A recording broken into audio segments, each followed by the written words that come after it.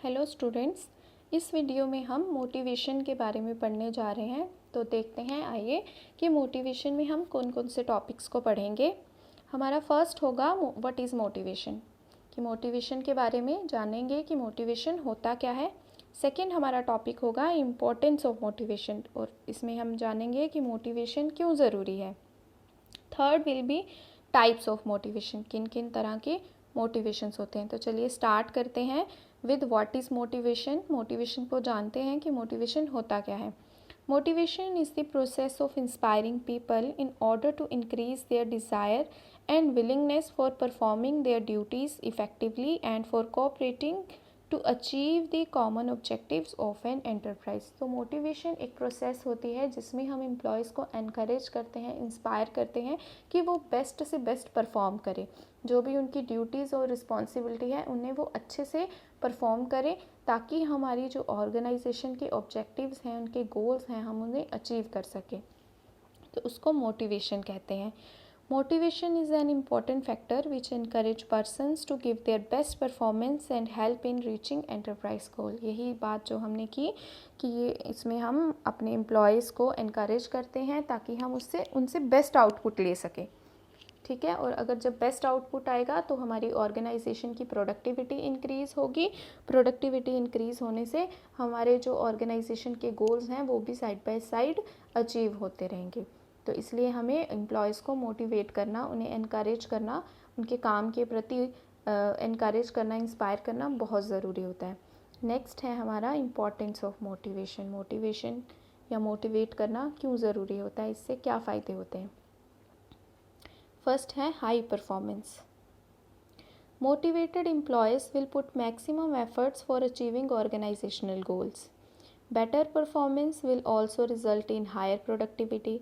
The employees should be offered more incentives for increasing their performance. तो सबसे पहले जो हमारा फर्स्ट पॉइंट है वो हाई परफॉर्मेंस है। ये क्या कह रहा है कि जो एम्प्लॉयज़ मोटिवेटेड रहेंगे वो बहुत ज़्यादा एफर्ट्स करेंगे अपने काम को करने के लिए, अपनी ड्यूटीज़ को, जो भी उनको टास्क दिया जाएगा, जो भी टारगेट्स दिए जाएंगे उनको अचीव करने के लिए वो ज़्यादा एफर्ट्स करेंगे, वो एकदम ज़ोर शोर से काम करेंगे। क्यों करेंगे? क्योंकि वो मोटिवेटेड है। अगर वो अच्छा परफॉर्म करेंगे, अच्छा काम करेंगे, उससे क्या होगा, ऑर्गेनाइजेशन की प्रोडक्टिविटी, उसका आउटपुट इंक्रीज़ होगा। तो एम्प्लॉयज़ का मोटिवेट होना ऑर्गेनाइजेशन की प्रोडक्टिविटी इंक्रीज़ करने के लिए, आउटपुट इंक्रीज़ करने के लिए, एफिशिएंसी इंक्रीज़ करने के लिए बहुत ज़रूरी है। तो उनकी परफॉर्मेंस, उनकी एफिशिएंसी, एम्प्लॉयज़ की एफिशिएंसी और परफॉर्मेंस इंक्रीज़ करने के लिए ऑर्गेनाइजेशन जो है वो उन्हें इंसेंटिव्स ऑफ़र कर सकते हैं। ये इंसेंटिव्स मॉनेटरी और नॉन मॉनेटरी फॉर्म में होते हैं। सेकेंड है better organisational image. Those enterprises which offer better monetary and non-monetary facilities to their employees have a better image among them। वो ऑर्गेनाइजेशन जो अपने एम्प्लॉयज़ को तरह तरह की इंसेंटिव्स देती है, फैसिलिटीज़ देती है, उनके ऑर्गेनाइजेशन के एम्प्लॉयज़ मोटिवेटेड रहते हैं और वो एक पॉजिटिव व्यू पॉइंट रखते हैं ऑर्गेनाइजेशन के लिए। मतलब ऑर्गेनाइजेशन की अपने एम्प्लॉयज़ की नज़रों में एक अच्छी इमेज बन जाती है।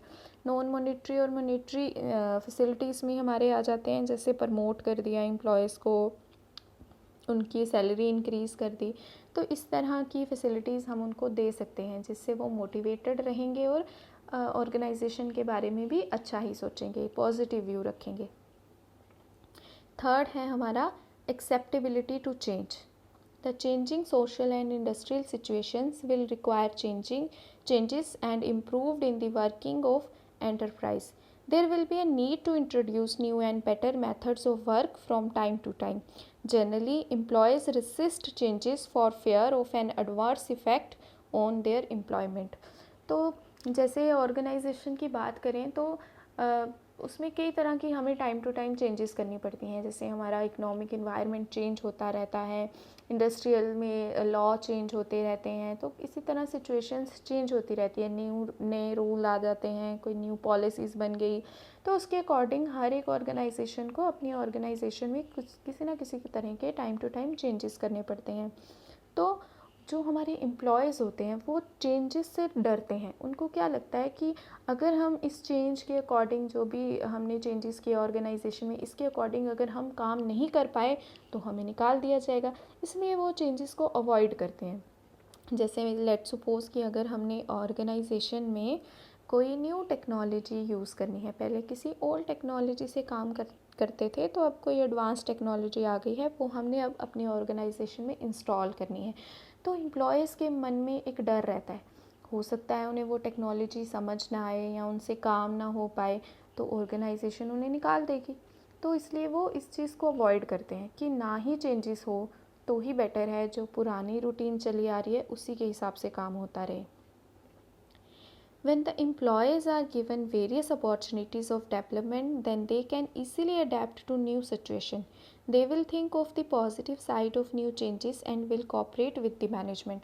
तो इस तरह की चीज़ को दूर करने के लिए मैनेजमेंट क्या कर सकती है, अपने एम्प्लॉयज़ को अपॉर्चुनिटीज़ दे सकती है, डेवलपमेंट अपॉर्चुनिटीज़ दे सकती है, उनको उनको ट्रेनिंग करवा सकती है, employ development training programmes conduct करवा सकती है, जिसमें उनको, जैसे हम बात कर रहे थे एडवांस टेक्नोलॉजी की इंस्टॉलेशन की, तो जो भी टेक्नोलॉजी अगर हम इंस्टॉल कर रहे हैं अपनी एंटरप्राइज में, तो उसकी ट्रेनिंग एम्प्लॉयज़ को दे दी जाए, ताकि उन्हें उस टेक्नोलॉजी पे काम करने में किसी तरह की कोई दिक्कत नहीं आई। तो अगर हम ऐसा करेंगे या ऑर्गेनाइजेशन ऐसा करती है, तो एम्प्लॉयज़ क्या करेंगे, वो मोटिवेट हो जाएंगे कि ऑर्गेनाइजेशन ने हमारे बारे में सोचा है। अगर हम जो हमें ट्रेनिंग दे रहे हैं, तो इससे हमारी ग्रोथ हो रही है, हमें कुछ नया सीखने को मिल रहा है, तो वो पॉजिटिव, तो वो जो भी चेंज हो रहे हैं उनको पॉजिटिव लेंगे और मैनेजमेंट के साथ कोऑपरेट करेंगे। नेक्स्ट है हमारा low employee turnover and absenteeism. Employee turnover होता है जैसे एम्प्लॉयज़ का बार बार छोड़ के जाना, जैसे कोई एम्प्लॉय आज आ रहा है, थोड़ी देर रुकेगा, कुछ ही महीनों में वो छोड़ देगा, उसको बोलते हैं एम्प्लॉय टर्नओवर। दूसरा है इसमें एब्सेंटिज्म। एब्सेंटिज्म होता है बार बार छुट्टियां करना, जैसे आप कुछ दिन ऑफिस जाते हो, फिर कुछ दिन आप छुट्टी कर लेते हो, तो उसको एब्सेंटिज्म बोलते हैं। When the employees are not satisfied with their job, then they will leave it whatever they get and whenever they get an alternative. तो जब भी एम्प्लॉयज़ जो हैं अपनी जॉब से सेटिस्फाई नहीं होंगे, तो उन्हें कोई और अपॉर्चुनिटी मिलेगी तो वो जाहिर सी बात है छोड़ के चले जाएंगे। तो इसको बोलते हैं turnover, employ turnover. The dissatisfaction among employees also increase absenteeism. तो अगर वो सेटिस्फाई नहीं है, तो वो बार बार छुट्टियां करेंगे, अपने काम से एब्सेंट रहेंगे। When the employees are satisfied with their job and they are well motivated by offering them financial and non-financial incentives, then they will not leave the job. The rate of absenteeism will also be low. तो जो employ है वो satisfy रहेगा अगर अपनी job से, तो वो मोटिवेटेड रहेगा, वो जॉब छोड़ के नहीं जाएगा, तो उसको जॉब सेटिस्फेक्शन उसकी बनी रहे, वो अपने काम के प्रति मोटिवेटेड रहे।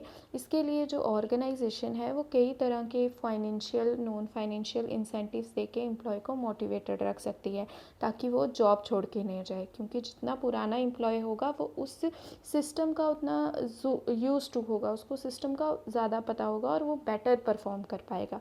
तो उस एम्प्लॉय को अपनी ऑर्गेनाइजेशन में रखने के लिए जो एम्प्लॉयर है उसको उसे कई तरह के इंसेंटिव्स देने पड़ेंगे, और इससे क्या होगा, जो रेट ऑफ एब्सेंटिज्म है, ज़्यादा छुट्टियां करते हैं जो एम्प्लॉय, वो भी कम हो जाएगा।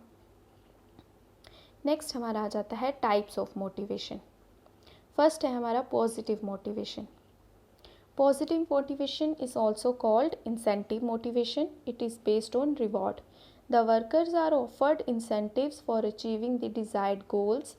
The incentives may be in shape of more pay, promotion, recognition of work, etc.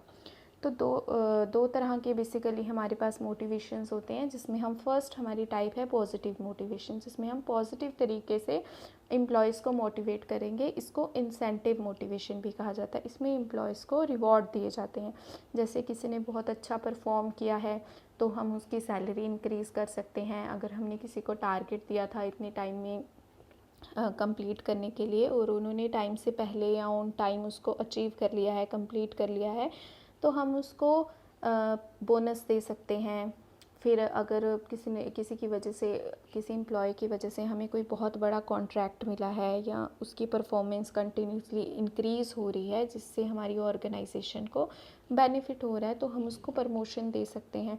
तो इस तरह के जो रिवॉर्ड्स देने और इस तरह के रिवॉर्ड्स देके एम्प्लॉयज़ को जो मोटिवेट किया जाता है उसको पॉजिटिव मोटिवेशन बोलते हैं।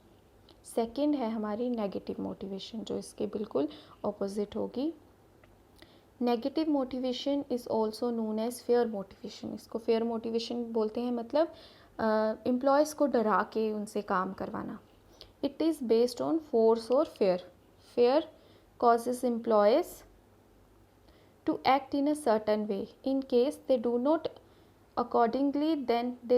act accordingly, then they may be punished with demotions or layoffs.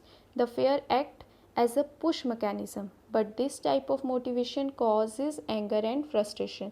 तो इसमें हम क्या करते हैं, एम्प्लॉयज़ अगर हमारी बात नहीं मान रहा है तो हम उसको डराएंगे, उसको धमकाएंगे, उसे बोलेंगे कि अगर आपने टाइम पे काम नहीं किया या अगर आप नहीं करते हो हम आपको निकाल देंगे या हम आपको डिमोट कर देंगे।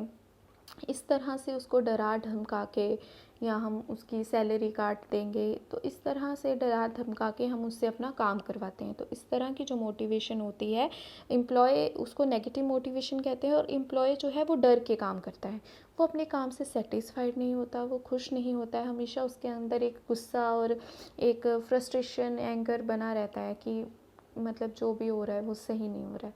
तो इस तरह जो है मोटिवेट करना ऑर्गेनाइजेशन के लिए पॉजिटिव नहीं होता है, वो इसका नेगेटिव इफ़ेक्ट हो सकता है ऑर्गेनाइजेशन पे। तो ये था हमारा आज का टॉपिक, होप आपको समझ आया हो। Thank you.